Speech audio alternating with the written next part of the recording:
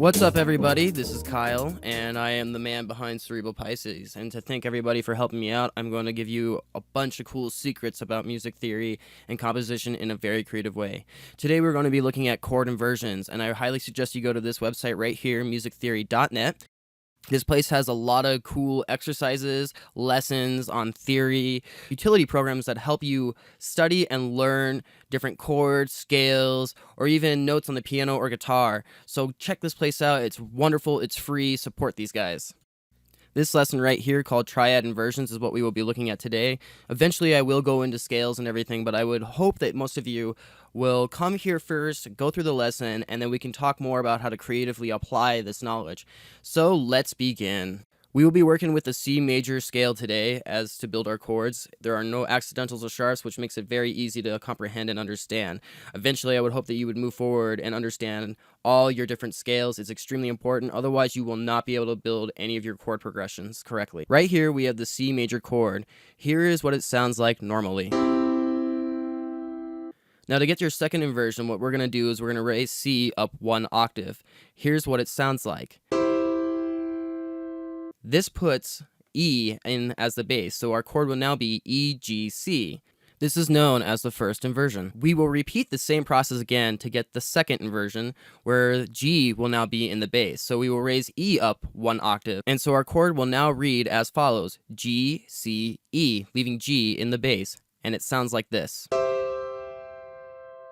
If we continue the pattern and now raise G up one octave, it will put the chord back into its normal triad, and it will sound like this. Now let's go through and creatively apply this to our track.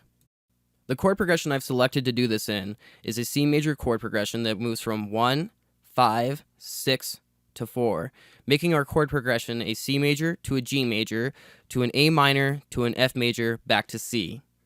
First, I will play the example just as straight triads without any inversions.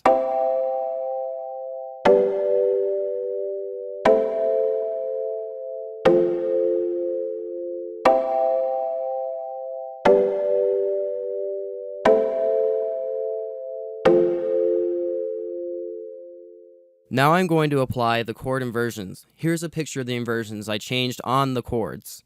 The reason I'm not showing you just manipulating this on Ableton is I want you to really focus and listen with your ear, because when you go home and do it, you can't copy exactly how I inverted these chords. They will always be different, and you always want your own mix and chord progressions to follow suit in your own personality and own creative, unique style. Here is the example of the chord inversion being played out.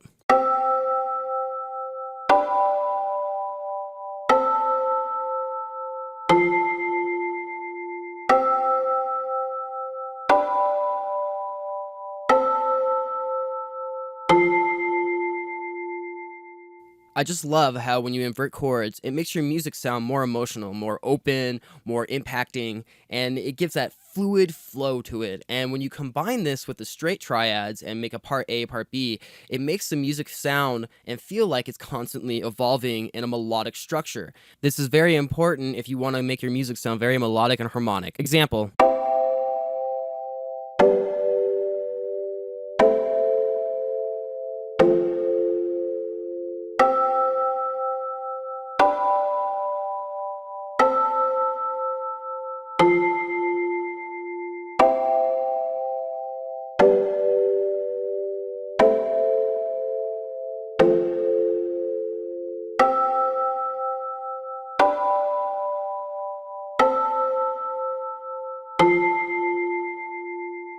Goosebumps. Now it's come to my final and favorite part. Once we've got the chord progression all going, you just keep adding elements on top of that to fill in different spaces of the mix.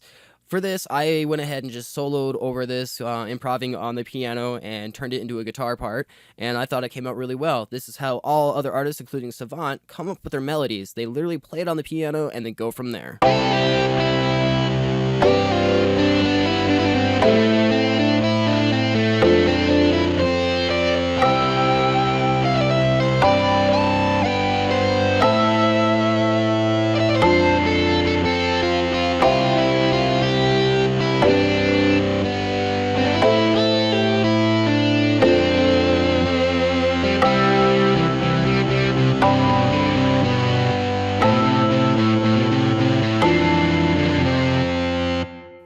I hope this helps you out in many creative ways. Feel free to contact me, leave comments, and I will repost videos on any other questions on theory or other creative processes in music. Have a great day, and thanks, guys.